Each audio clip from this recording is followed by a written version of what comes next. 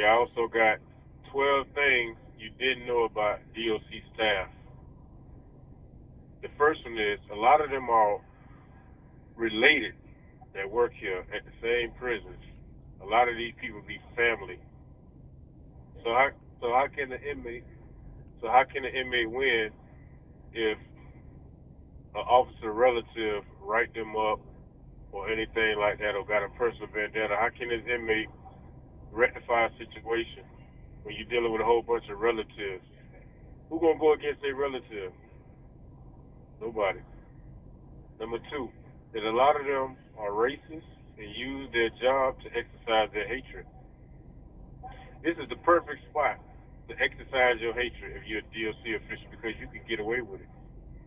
Once you put that uniform on, you become like Superman. You're immune to all. You're immune to what's the word? You're immune to all. Mm, what's a good word? Opposing forces. Right, right. That means you can. Your actions will be justifiable because you put this uniform on. So you can do anything you want to this inmate, say what you want, but he cannot respond or react in any form or fashion to protect himself in their eyes. Number three, that if a staff member don't like an inmate, they will go above and beyond to set them up by planting weapons or anything deemed a security threat just to get at that inmate, just to ruin that inmate's whole life, get that inmate more time, get that inmate sent to CM, get that inmate put on restrictions, so forth. That's how they do when they got personal vendettas against you. They go inside coincide with number two. Okay, number four. That if they beat an inmate up and get away with it, they will continue to do it. If it's any opportunity for them to jump on an inmate and get away with it, they're not gonna hesitate to do it. Especially when their superiors cover for them or put a green light on it. They don't care nothing about it. They'll do it without as if they were just throwing a piece of paper in the ground. They'll do it without remorse. Number six, they try to cut an inmate off from his family, whether it's through mail, visits, or these phone calls. Anything to cut off a line of communication. If we have a problem and we call our family and address it, they'll retaliate through that process. They'll go at your visits, they'll cut your mail off, and they'll cut your phone calls off, just to stop you from communicating. Number seven, DOC officials feed us like children. The proportion of food that we get will not be enough for Juju to get full. It won't be enough for nephew to get full because it's like a kiddie meal. You probably get more Juju eat food a rolling lot up to though for a McDonald's. little baby Yeah, though. yeah, but this right here be like a snack to him. The amount of food they feed us, they just feed you enough just to get to the next meal. If you don't have no canteen, then you pretty much you're gonna be like a scarecrow in here. You're gonna be paper thin. Number eight, they provoke inmates to go against each other. They'll come in the door, make statements, or inmate did that. Y'all figure it out amongst yourself. They'll buck us on canteen or rec and blame it on the inmates so the mass population to go against that inmate. They cause confusion amongst the population so they could justify doing what they do. Okay, number nine. They don't like to do their jobs unless they're forced to.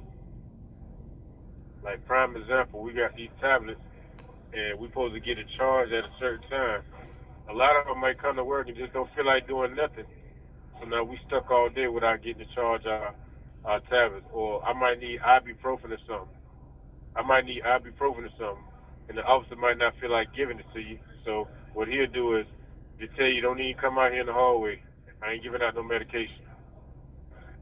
Okay. Number 10,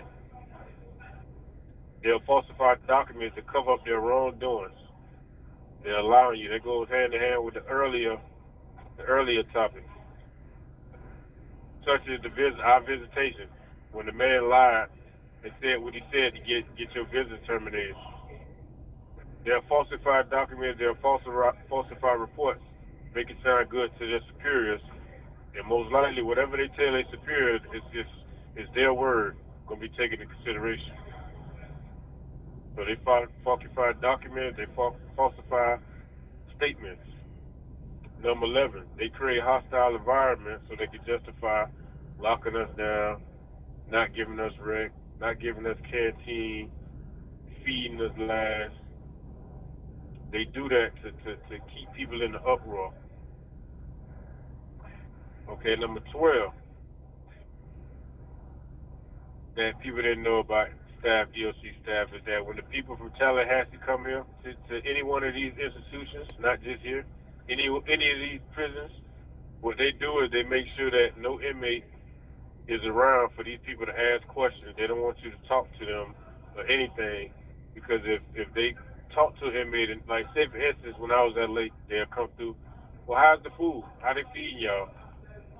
They'll stand there and they'll ice grill you, make sure you don't answer that question. And if you do answer that question, you got a lot to make it sound good, like everything is all peaches and cream in prison. When they come through, they see how your living is. They make you do certain things to hide the fact. Like say for instance, like in my cell, I got a gang of roaches in my cell, in my locker. Every time I open the locker, there's so many roaches in there.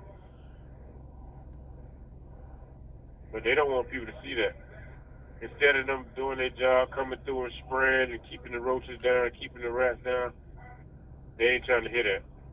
Only time they take their considerations when these people come through, and they don't want them to know. Other than that, they don't want you talking to these people. They don't even want you around these people. Any type of issues, they don't want you to speak out on it. So those are the 12 things that people may not know about DOC staff members and how they operate.